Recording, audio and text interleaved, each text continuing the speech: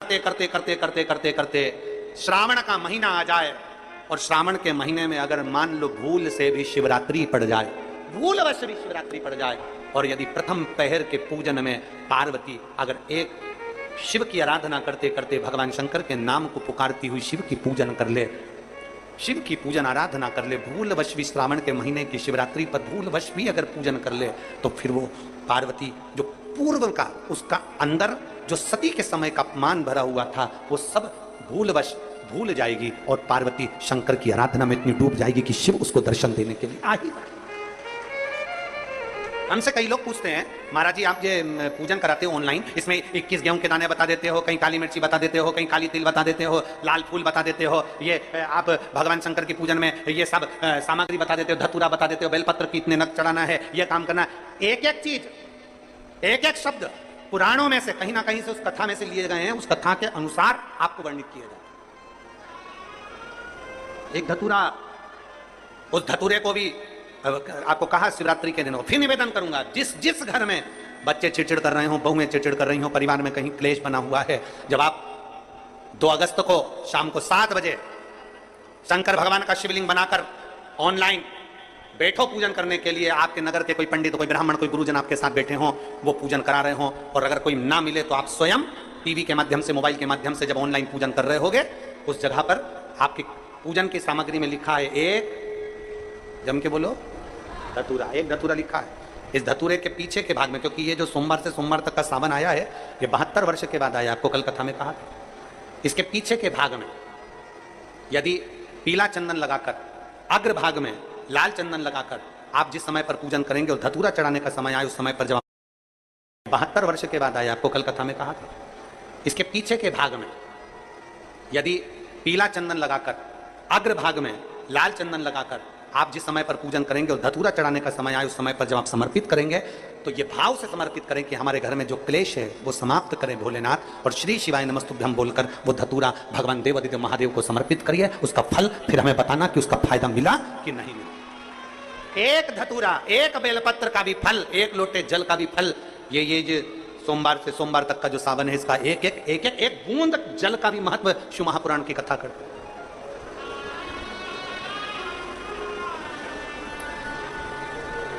किसी ने कल के पत्र में था कि गुरुजी हम जो शिवलिंग बनाएं, घर में सब अलग अलग बनाएं या एक बना लें, तुम्हारी जैसी मर्जी। तुम्हारे बच्चों का मन हो रहा है कि हम भी शिवलिंग बनाएं, तुम्हारे पति का मन है, पत्नी का मन है, सब एक साथ पूजन करें, एक शिवलिंग बना ले, उसकी पूजन करें, जैसा तुम्हारा मन करे। पर 2 अगस्त को शाम को 7 बजे प्रथम पहर में, प्रथम पहर की पूजन में करो। और फिर एक बात याद रखना, 12 महीने अगर शिवलिंग बनाते हो, प्रदोष को शिवलिंग बनाते हो, सोमवार को शिवलिंग बनाते हो, बाकी के महीने में तुम शिवलिंग बनाते हो, तो उसको रात होने से पहले विसर्जन करना पड़ता है।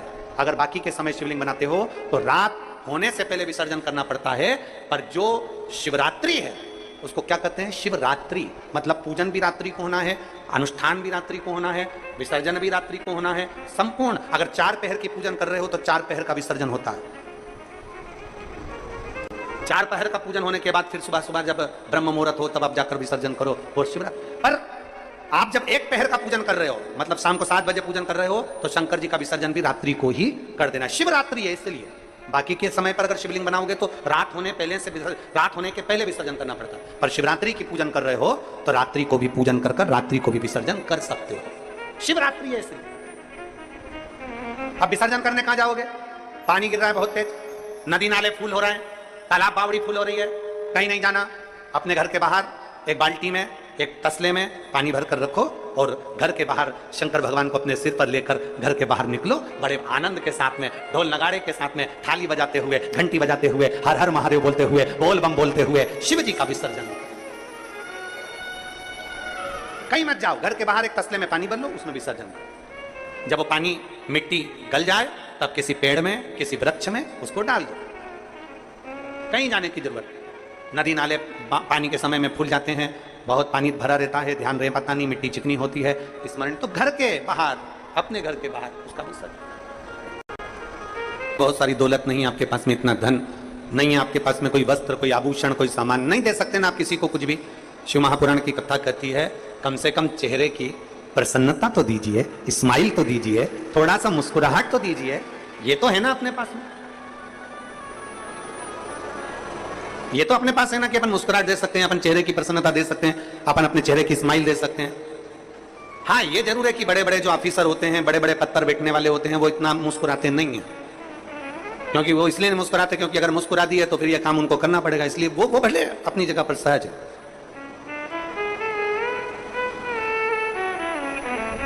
पर शिव कथा कर रही है, भगवान शंकर का संवाद कर रहा है, शिव महापुराण की कथा कर रही है, भगवान शंकर का चरित्र कर रहा है। आप कुछ नहीं दे सकते, प्रसन्नता दीजिए।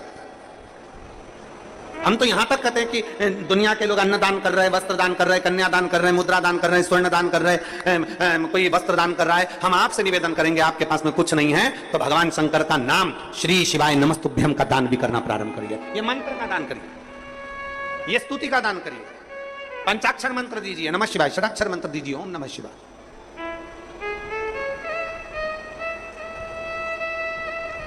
आप में से कितने लोग हैं जो भगवान शंकर के मंदिर में जब जल चढ़ाने जाते हैं तो श्री शिवाय नमस्तुभ्यम अच्छी जम के गूंजते हैं?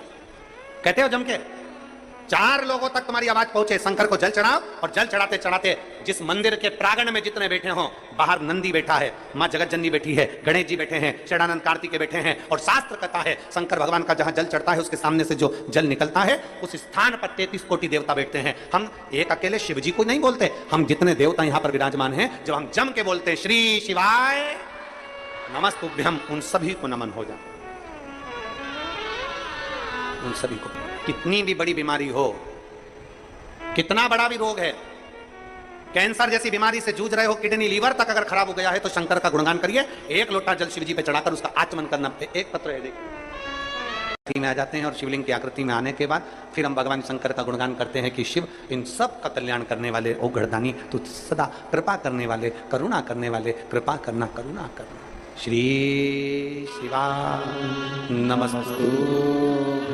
आप भी जब प्रणाम करें, आप भी जब गुणगान करें, आप भी जब मंत्र जाप करें, दोनों हाथ भी जब प्रणाम करें, आप भी जब गुणगान करें, आप भी जब मंत्र जाप करें, दोनों हाथ जोड़कर शंकर के पास जाएं, दोनों हाथ उठाकर हर हर महादेव भगवान शिव की स्तुति करें, भगवान शंकर का स्मरण करें, दोनों हाथ।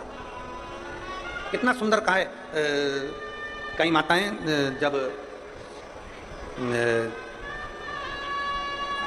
जब जल चढ़ाती हैं तो एक हाथ से तो जल चढ़ाती रहती है, दूसरे हाथ से भगवान को घसती रहती है। शिव महापुराण की कथा कहती है पहले जल चढ़ा लो, फिर थोड़ा सा घस लो दोनों हाथों से, फिर वापस जल चढ़ा लो। दोनों हाथों का प्रयोग करिए, दोनों हाथों का प्रयोग करिए। जहां शंकर है वहां कैसा भी, कितना भी दुख आए, कितना भी कष्ट आए, कितनी भी तकलीफ आए, शिव उसको संभाल ले। जहां शिव नहीं है वहां फिर जीव धक्के बहुत खाता है। जहां शंकर नहीं है फिर जीव धक्के खाता।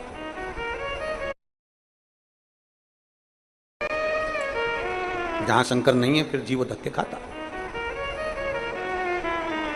आपके घर में भले छोटा सा शिवलिंग हो, पत्थर का हो, पाषाण का हो, पीतल का हो, चांदी का हो, सोने का हो, लोहे का हो, कांच का हो, कैसा भी हो, हीरे का हो, मोती का हो, कैसा भी हो, पर अपने घर में पत्थर का, लकड़ी का, कैसा भी अपने घर में एक शिवलिंग होना जरूरी है। एक शंकर का शिवलिंग हमारे घर में होना जरूरी है। गला खींच रहा है, बहुत खींच के बोलना पड़ रहा है कथा को। हमारे घर में शंकर का एक शिवलिंग होना जरूरी है, बहुत जरूरी। वो किसी का भी हो, भले वो कैसा भी हो, भले वो नर्मदा जी के कंकर का हो, सीहोर के कंकर का हो, चाहे कैसा भी कुबेरेश्वर बाबा के कंकर का हो, पर शिवलिंग शिवलिंग घर में हो। कभी ये मत सोचना कि आप बहुत छोटे हो, कभी ये मत सोचना कि आप बहुत गरीब हो, कभी ये मत सोचना कि आप कुछ नहीं कर सकते, कभी ये मत सोचना कि आप बहुत छोटे हो, मेरी कोई कीमत ही नहीं है। जिसकी कोई कीमत नहीं होती, अगर वो शंकर पर 1 लोटा जल चढ़ाने लगे तो वो भी कीमत वाला हो जाता है। बस इतना निवेदन जरूर है। भगवान ने शरीर पूरा दिया है, भगवान ने शरीर पूरा दिया है तो राम राम भी पूरी करा करो।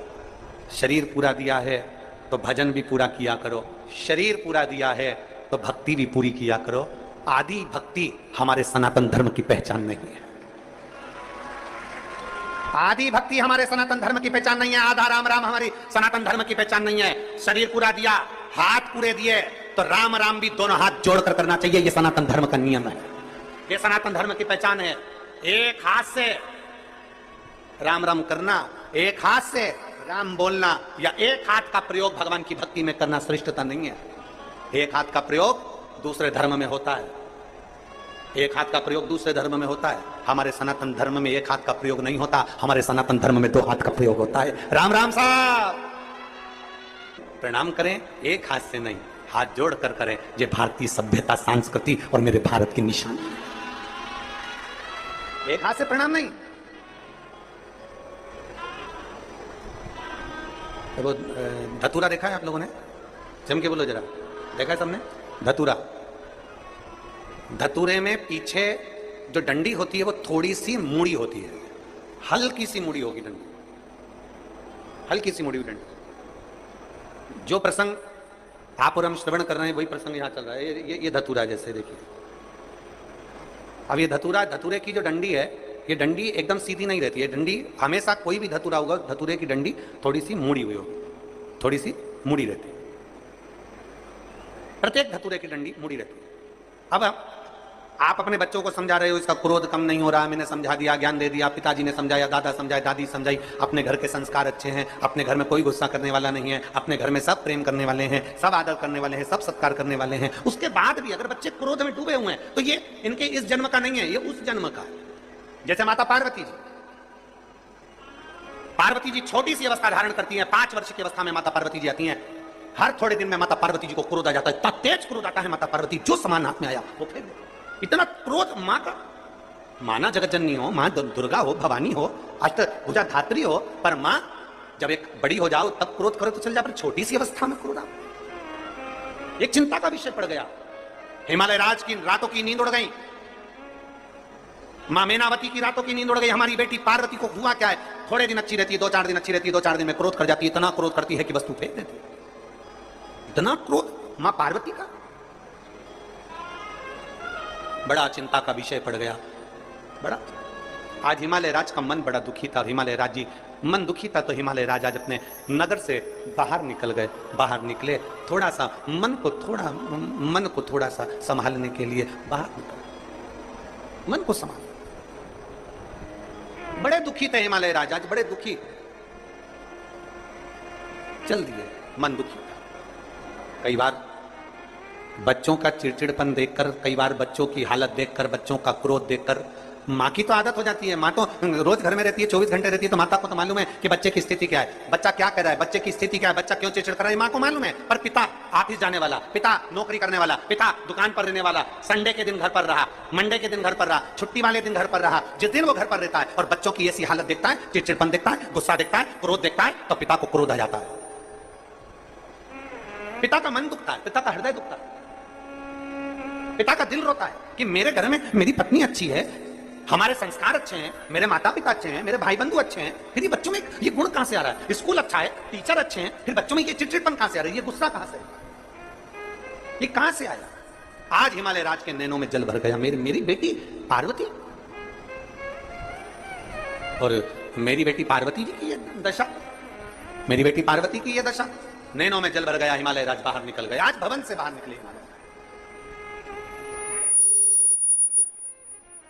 बहुत बहुत साधुता। इस कथा को जनमानस तक इसका स्मरण जरूर होना चाहिए। हिमालय राज, सामने से तुमरुका जी आ रहे हैं, घोड़े का मुख लगा है, हाथ में वीणा रखी है, एक हाथ में करताल है। नारद जी का जैसा स्वरूप होता है वैसे ही तुमरुका जी का स्वरूप है। घोड़े का मुख लगा है, हाथ में वीणा है, एक हाथ में करताल है, और तुमरुका जी भगवान का नाम लेते लेते चले आ, चले आ।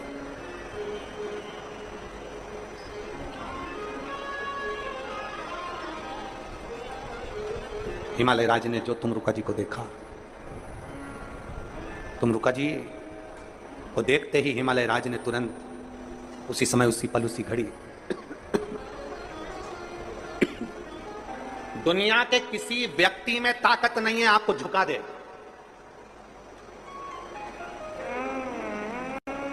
घर से टूटता है, सबसे ज्यादा झुकता है तो अपने घर से झुकता है। ये है तो जरूर पूर्व समय का अनुमान होगा। तुमरुका जी ने कहा मैं आपकी बेटी के दर्शन करना चाहता हूं। बेटी के दर्शन नमस्तुभ्यं, उनके मुख से शिव नाम निकलता है। जिसके मुख से शिव नाम निकलता है उसको, जिसके हाथ से शंकर जी को एक लोटा जल चढ़ता है उसको जब भी तकलीफ आती है तो दुख की घड़ी क्षण उस व्यक्ति को पहले महसूस होने लगता है। घर में कई जीजियां ऐसी हैं, कई माताएं ऐसी हैं, कई जीजा प्रणाम करा था, बहनों ने अपमान करा था, भाइयों ने अपमान करा था, परिवार वालों ने अपमान करा था, वो अपमान सती के दिल में भर गया था, वो अपमान आज तक सती के दिल में है और ये अगला जन्म ले ली वो अपमान आज तक भूल नहीं पाई है, इसलिए चिड़चिड़ कर जाती है। निवेदन करेंगे मेरे भोलेनाथ से, सावन का महीना है, आप भी निवेदन करिएगा, बाबा किसी स्त्री की गोद खाली ना रहे और किसी पुरुष की जेब खाली ना रहे।